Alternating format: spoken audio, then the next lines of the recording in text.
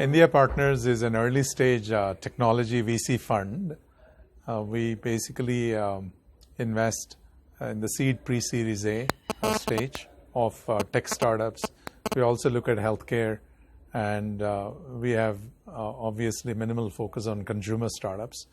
We invest $1 million, $1.5 million in the early stage, and then continue to invest in Series A and Series B rounds of our portfolio companies.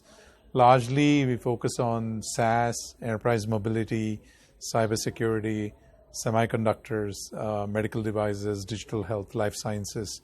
On the consumer front, fintech, a bit of retail. And in terms of the themes, some of these startups start with India markets and then go into regional markets like Southeast Asia. Some of them have the entire team here, but target global markets like US or Europe. And we also occasionally invest in startups that are headquartered outside of India, but targeting emerging markets. The entire team has entrepreneurial experience, operating backgrounds. I've already talked about Dr. Ramesh. He's an entrepreneur, scaled up Medwin Hospitals as a founder, CEO, and chief of cardiology.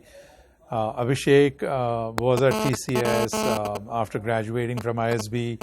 He worked at PwC and Deloitte, and he was also at Cyient, in a corp dev role. Personally, my own background, I was in Silicon Valley for 16 plus years. Half of that was in startups. I founded a startup called Euclid, raised capital, exited. So a lot of our experience has been entrepreneurial and operating, and we also understand certain domains, and that's where we thought we could add a lot of value to our entrepreneurs. It's not just capital alone. You need to be able to provide guidance and direction apart from your Rolodex because of your domain understanding. So that's the reason why we chose this set of sectors and our focus. Technology startups and B2B startups will happen. Though, you can't measure the success in terms of number of unicorns, I do strongly believe in the next 5 years, you're going to see many B2B startups that are going to be very, very valuable and are going to be large businesses. I think it's the entrepreneur's belief that they can make it happen, right? I keep quoting this example. Pullela Gopichand created this very powerful badminton academy, and you've seen many men and women players, who are in the top 10 or even top 20 rankings in the world.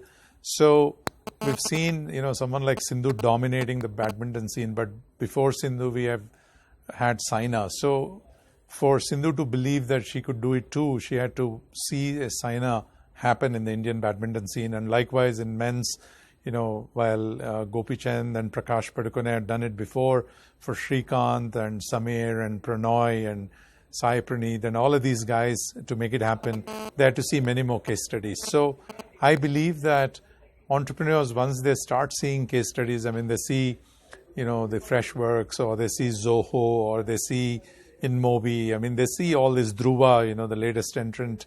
And when they see these sets of companies, they go learn, right? Lots of these entrepreneurs are networking with companies like Capillary or Zenoti or HighRadius or all these companies that have gotten to critical mass of revenue.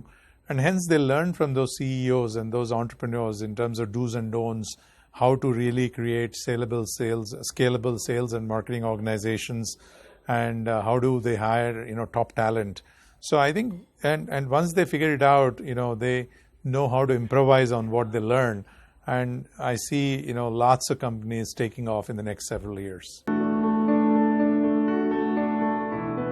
We have seed investors in Darwinbox, enterprise SaaS company, HR platform. We have seed investors in Hansel, enterprise mobility.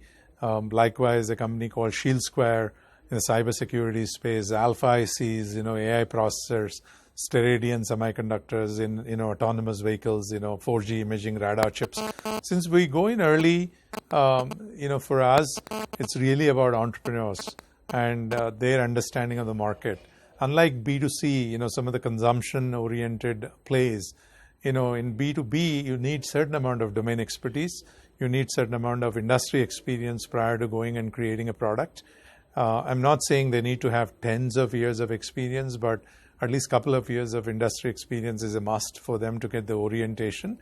And so for us, since we're going early, it's really all about the team and potentially a large market opportunity and how this particular team has thought about their product and their go-to-market and other players and how they differentiate. So that's what we look for in entrepreneurs.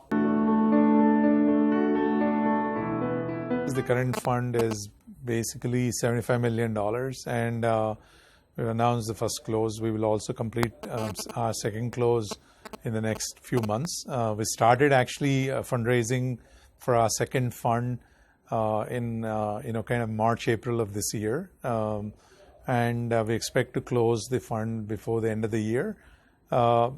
We would invest in 15, 16, 17 companies. Our investment cycle, active investment cycle, is 3 to 3.5 years. We're an investment team of size of 5, and so that basically means 4 or 5 investments per partner, not more than that at any point of time. Nobody should look at this as either shorter or longer, right? Short or long depends on how an entrepreneur executes and how lucky does your company get.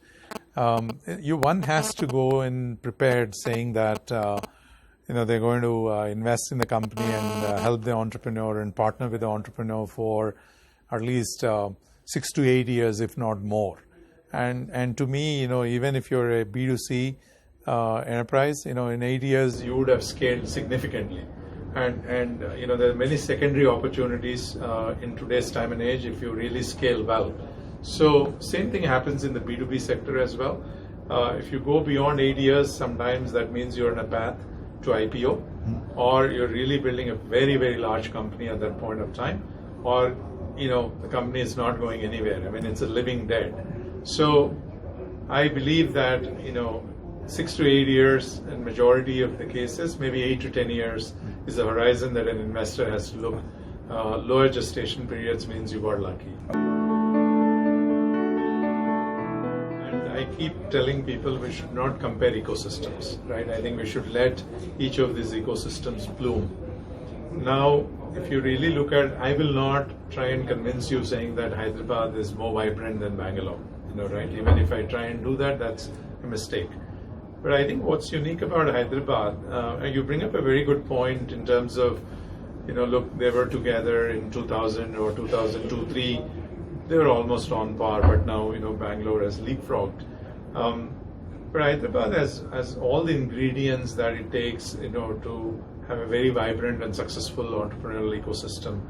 Telangana government under leadership of KTR and Jayesh Ranjan, who is the IT secretary, both are very dynamic, very aggressive, very fast moving. I think they're making all the right moves. And not only that, I think there are lots of MNC R&D companies and India R&D labs in Hyderabad, educational institutions. I think there are more quality educational institutions in Hyderabad than Bangalore at this point of time. Look at IIT, Triple IT, BITS, then you have ISB. So all of these educational institutions are there. And to me, I would not, a lot of people ask me, is it because there are not enough number of VCs in Hyderabad? I would tell them that's not the case. I think VCs go find smart entrepreneurs, irrespective of where they are, right?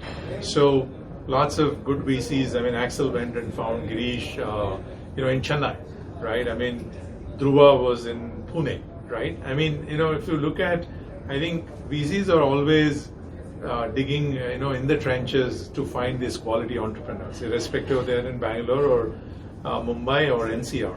So I think the corporate participation, the institutional participation in Bangalore, I see is far superior than Hyderabad. You're going to see, many, many more quality startups, and they're going to become fairly successful businesses.